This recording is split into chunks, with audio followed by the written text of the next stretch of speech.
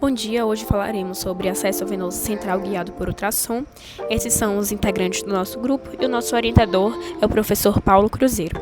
No nosso sumário falaremos sobre as principais indicações, os cuidados e preparos pré-operatórios, as vias de acesso, os tempos cirúrgicos e as principais complicações pré- e pós-operatórias, além das referências.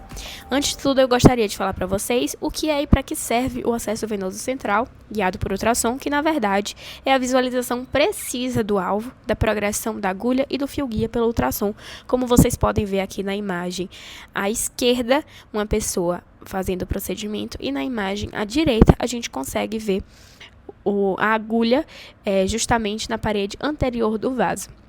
Esse procedimento serve para reduzir os riscos das punções às cegas, sobretudo em crianças, já que os vasos são extremamente finos e frágeis, e diminui também o tempo e as tentativas falhas do procedimento.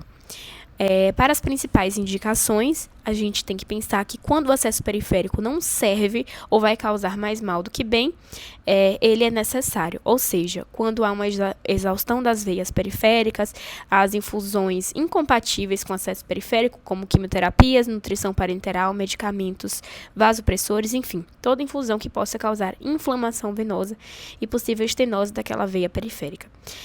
Terapias extracorpóreas também, como hemodiálise, justamente para poder suportar o fluxo de alto volume para essas terapias, colocação de filtro de veia cava, de catéteres de artéria pulmonar, marcapassos e desfibriladores. E as contraindicações são a instabilidade clínica do paciente, a presença de enfisema subcutâneo, um quadro clínico de depressão de volume, ou seja, quando há coagulopatia e trombocitopenia, e a redução do calibre do vaso também são contraindicações bem poderosas. Além disso, pacientes com obesidade mórbida têm uma menor resolução. Os cuidados e preparos pré-operatórios são, na verdade, aqueles mesmos que fazemos em cirurgia, ou seja, a colocação de campos estéreis, a limpeza do paciente, a escovação das mãos do médico que irá realizar o procedimento. Além disso, uma coisa muito importante é a colocação de essa capa que vocês estão vendo aqui na imagem. Essa capa plástica tem que ser estéril também, justamente porque o transdutor ele não é estéril, ele é sim reutilizável. Então, o elástico que está prendendo a capa também é estéril. Outra coisa muito importante é a asepsia do profissional do paciente, como eu acabei de falar para vocês, e ela tem que ser feita com clorexidina 2% em álcool isopropílico a 70%. A capa estéril e a escolha baseada nas necessidades, ou seja, o transdutor com baixa frequência, ele é para estruturas mais profundas, e o transdutor de alta frequência é para estruturas superficiais. Aqui podemos ver, por exemplo, que essa sonda central, ela é usada com mais frequência para aquisição de imagens vasculares periféricas. A sonda do lado esquerdo, em formato de taco de hóquei, que a gente chama de hockey stick, pode ser útil para locais mais apertados e em crianças, justamente por conta da fragilidade capilar dessas crianças. A sonda na direita, que é um transdutor mais curvo, ele é preferível para pessoas obesas. E a veia ideal deve ter pelo menos 3 vezes o diâmetro externo do calibre para poder reduzir o risco de trombose. Sobre as vias de acesso, temos 2 tipos de inserção. A inserção central, que se dá por veias de grande calibre das regiões supra- e infraclaviculares, e a inserção femoral, que se dá por veias de grande calibre da virilha. As principais veias utilizadas são a veia subclávia, veia braquiocefálica e a veia femoral comum. A razão dessa preferência se dá pelo fato dessas veias possuírem uma fixação melhor às estruturas dos tecidos circundantes, tornando-as não compressíveis, não dobráveis e menos móveis. Além disso, elas apresentam pouca variação anatômica, deixando a execução com menor chance de complicação. Agora, falando das principais veias, traremos as vantagens e desvantagens de cada uma. Começando pela veia braquiocefálica, ela possui localização retroesternal e é oriunda da união das artérias subclávia e braquiocefálica. Ao confluírem, as 2 veias braquiocefálicas, direita e esquerda, formam a veia cava superior. A veia braquiocefálica tem como vantagens um diâmetro largo e boa fixação aos tecidos adjacentes. É importante salientar que a braquiocefálica esquerda é preferível pelo seu trajeto mais horizontalizado. Dentre as desvantagens, teremos os riscos de complicações, como pneumotórax e derrame pleural. Falando da via de acesso pela veia subclávia, ela possui trajeto superior à primeira costela, é inferior à clavícula e anterior ao músculo escaleno anterior. Temos como vantagens sua boa fixação às estruturas adjacentes e facilidade e conforto no curativo pós-procedimento. As desvantagens também passam pelos riscos de complicações, como o pneumotórax e o derrame pleural. Essa veia tem um menor diâmetro quando comparada à braquicefálica e, além disso, é mais comum de se ter um mau posicionamento do catéter. Por fim, temos o acesso pela veia femoral. Essa veia é localizada medialmente à artéria femoral, na região do trígono femoral, que possui como limites as estruturas ligamento inguinal, limite superior, músculo adutor longo, limite medial, e músculo sartório, limite inferolateral. Ela traz como vantagem sua fixação às estruturas adjacentes, assim como as outras citadas, sua baixa possibilidade de complicações e velocidade em realizar o acesso, somada à alta taxa de sucesso no procedimento, por ser uma veia de mais fácil acesso. Como desvantagens, teríamos a imobilização do paciente, a dificuldade quanto à esterilização do local do acesso e o risco aumentado de trombose iliofemoral.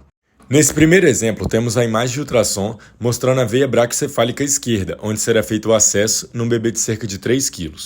Nessa segunda imagem, já é possível observar o acesso sendo feito com a cânula intravenosa entrando na veia braquicefálica esquerda. E por fim, temos alguns exemplos de como ficam os curativos, tanto no acesso pela veia braquicefálica quanto pela veia femoral. Bom, agora vamos comentar um pouco sobre o procedimento em si. Aqui nós temos um resumo dos tempos cirúrgicos e o passo a passo da técnica. Trouxemos esse vídeo para ilustrar melhor o procedimento e nele vamos detalhando mais todas as etapas que estão no slide anterior. O acesso venoso central é um procedimento invasivo e, dessa forma, sempre que possível, é importante explicar o procedimento ao paciente e obter consentimento informado por escrito. As complicações como infecção e sangramento devem ser discutidas com o paciente e uma lista de verificação conforme os padrões da instituição deve ser revisada antes de iniciar o procedimento. Além disso, sempre que disponível, a monitorização contínua de eletrocardiografia e da oximetria de pulso também devem ser mantidas durante todo o procedimento. O posicionamento do paciente é bem importante. No caso de punções na jugular interna e na subclávia, ele é colocado em posição de Trendelenburg, com a cabeceira inclinada em 10 a 15 graus, fazendo com que as pernas fiquem mais elevadas do que a cabeça. Além disso, a cabeça fica rotacionada 45 graus para o lado contralateral da punção. Inicialmente, o médico verifica com ultrassom se a veia a ser puncionada está pérvia, porque se houver um trombo, por exemplo, seria necessário mudar de local. Mas nem sempre essa etapa é possível por falta de equipamento ou pela urgência do procedimento. Aqui, podemos ver a equipe realizando a degermação e utilizando materiais estéreis, como deve ser em todo procedimento cirúrgico, para diminuir o risco de infecção. Esse cuidado é importante não só com a equipe, mas também com o paciente. Então, deve-se realizar a antisepsia do local da punção, geralmente com clorexidina, e a colocação de campo estéreo fenestrado. É importante também o preparo da sonda de ultrassom, e nessa etapa, um assistente dispensa gel acústico suficiente para cobrir a superfície do transdutor em uma bainha de transdutor estéreo. O assistente também alimenta cuidadosamente a sonda na bainha, enquanto estende a bainha estéreo para longe do operador sobre o comprimento do fio da sonda. É importante também eliminar quaisquer rugas na bainha e quaisquer bolhas de ar entre o transdutor e a bainha. Depois, a bainha é presa ao redor do transdutor, usando elásticas de borracha estéreis ou clipes de plástico. E para completar o acoplamento acústico, é aplicado uma pequena quantidade de gel de ultrassom estéreo na sonda de ultrassom coberta ou na pele do paciente. Outra questão importante é que se o paciente não estiver sob anestesia geral, no caso do procedimento ser simultâneo a outra cirurgia maior, a gente deve fazer uma anestesia local com lidocaína 1 ou 2%. Aqui no vídeo, a punção será realizada na jugular interna, então a agulha vai ser inserida entre as cabeças do esternocleidomastóide. Por isso, o operador posiciona o ultrassom de forma que é possível visualizar a jugular entre essas duas partes do músculo. O médico também palpa a região para confirmar que a punção vai ser realizada entre as cabeças e não em uma delas. A gente vai pausar aqui um pouco o vídeo para fazer um paralelo com a técnica de acesso venoso não guiado por ultrassom. Nós vimos o quanto o ultrassom é uma ferramenta importante para guiar o procedimento e diminuir a chance de erro, como a pulsão de uma artéria por engano. Mas também é fundamental que o médico domine a técnica sem esse auxílio, já que na prática nem sempre é possível contar com a ajuda desse aparelho. Para fazermos o acesso venoso sem ultrassom, é necessário conhecer bem a anatomia do local e usar pontos anatômicos como referência. No caso da jugular interna, a gente viu que sua metade distal é localizada dentro do triângulo formado pelas porções clavicular e esternal do músculo esternocleidomastóide e pela clavícula. Essa área recebe o nome de triângulo de Sedilot e será a principal referência anatômica. Toda a preparação que já descrevemos anteriormente se mantém, mas ao invés de utilizar o ultrassom para confirmar a posição da veia, o operador identifica o ápice desse triângulo, situado a aproximadamente 5 centímetros acima da clavícula, que vai marcar o local de inserção da agulha. Depois, o médico introduz a agulha lateral à pulsação da carótida, a um ângulo de 30 graus com a pele, e a direciona lateralmente ao plano sagital para o mamilo ipsilateral. Depois que a agulha entrou na veia, o restante do procedimento não se difere entre o guiado e o não guiado por ultrassom. Então, feito esse adendo, a gente continua com o nosso vídeo. Aqui no caso da utilização do ultrassom, o médico também usa os conhecimentos anatômicos citados, mas ele consegue ter uma segurança adicional quando identifica a veia no ultrassom. E aqui a agulha também é triangulada, formando 45 graus com a pele, só que o médico vai verificando seu trajeto no painel. Inclusive, não é mostrado no vídeo, mas o operador fica olhando o tempo todo para o monitor do ultrassom enquanto entra com a agulha. Ele não olha diretamente para o paciente. Durante essa etapa, a seringa vai sendo mantida com pressão negativa até que a veia seja puncionada. Aqui é possível observar o médico realizando pequenos movimentos de entrada e saída com a agulha, que ajudam a visualizar ela no ultrassom. Além disso, ele também inclina o transdutor para ir acompanhando seu trajeto. É importante, nesse momento, não colocar muita força no transdutor, porque ele pode comprimir a veia, como mostrado aqui no vídeo. O que confirma a chegada da agulha na veia é a aspiração de sangue na seringa, e caso isso não aconteça enquanto a agulha avança, o operador deve ir retirando ela lentamente, mantendo a pressão negativa, e dessa forma a veia pode ser puncionada nesse trajeto de retorno.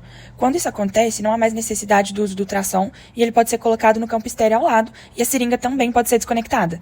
Aqui é possível a gente ver mais uma evidência de que uma artéria não foi puncionada no lugar da veia, quando a gente observa um fluxo de sangue que escorre ao invés de pulsar. Mas isso também não confirma, que uma artéria não foi puncionada, é só mais uma evidência. Agora, utilizando a técnica de Seldinger, é introduzido um fio guia flexível pela agulha, que é conduzido até o coração. Depois disso, a agulha é retirada, deixando o fio guia no lugar. Uma questão necessária de se lembrar é que é de extrema importância que durante toda a manipulação do fio guia, o operador não o solte de forma alguma, porque corre o risco dele perder esse fio dentro do paciente. Também é comum se usar um dilatador para dilatar suavemente o local da inserção e criar um espaço para o catéter. Então, o catéter é inserido, sempre lembrando de segurar o fio guia, e por fim, esse fio é retirado. Nesse momento, é interessante que se faça um teste de pervividade, colocando a bolsa de soro abaixo do nível do átrio direito, que faz o sangue refluir por gravidade. E após todo esse processo, o catéter pode ser fixado na pele com um ponto simples. E para finalizar todo o procedimento, é realizado um curativo e solicitado uma radiografia de tórax para confirmar a posição. Principais complicações peri- e pós-operatórias. A princípio, temos limitações e deficiências da orientação pela ultrassonografia, como resolução diminuída com profundidade, a capacidade do ultrassom de visualizar estruturas vasculares diminui com a profundidade. Inclusive, devido a esse fato, temos também uma dificuldade em visualizar estruturas em pacientes morbidamente obesos. Além disso, o enfisema subcutâneo, o ar nos tecidos ao redor do local de acesso, pode bloquear a transmissão no ultrassom, dificultando a captação de imagens. Temos também depressão de volume. A redução do calibre da veia devido à depressão de volume pode aumentar a dificuldade de acesso venoso central. O método de avaliação rápida de veia central pode auxiliar na seleção da melhor abordagem em pacientes hipovolêmicos. Complicações isoladas relacionadas ao acesso vascular guiado por ultrassom não foram relatadas. O risco de complicações inerentes ao acesso vascular é significativamente reduzido com o uso de orientação por ultrassom. Além disso, a orientação por ultrassom reduz o tempo e os custos do procedimento. Entretanto, mesmo com um aumento significativo das taxas de sucesso do procedimento com o uso do ultrassom, ainda há riscos de ocorrer as seguintes complicações: infecção, observar os sinais flogísticos, embolismo, ar, complicações mecânicas. Dentre as complicações mecânicas, temos punção da artéria carótida, importante diferenciar de acordo com a cor do sangue, é o mais simples a se fazer, hematoma de pele, pneumotórax, hemotórax e colocação errada de catéter. Caso atinja o coração, pode causar arritmias atriais ou ventriculares. Caso persistentes, são preocupantes. O uso incorreto da máquina de ultrassom pode dificultar a identificação de estruturas vasculares. Um erro comum é aplicar muita pressão com o transdutor, o que pode colapsar a veia e torná-la invisível. Outro problema é utilizar configurações incorretas na máquina de ultrassom. A principal causa de eventos adversos durante a punção venosa, guiada por ultrassom, é a má formação do operador. Autoformação e formação inadequada, insuficiente, estão associadas a erros graves na técnica de punção e complicações relacionadas à punção. É altamente recomendável que os médicos que inserem dispositivos de acesso venoso central sejam adequadamente treinados de acordo com as recomendações do Consenso da Conferência Mundial sobre Acesso Vascular, um documento baseado em evidências que analisou a estratégia de treinamento mais apropriada para o ensino de acesso venoso guiado por ultrassom. Aqui estão as nossas referências bibliográficas.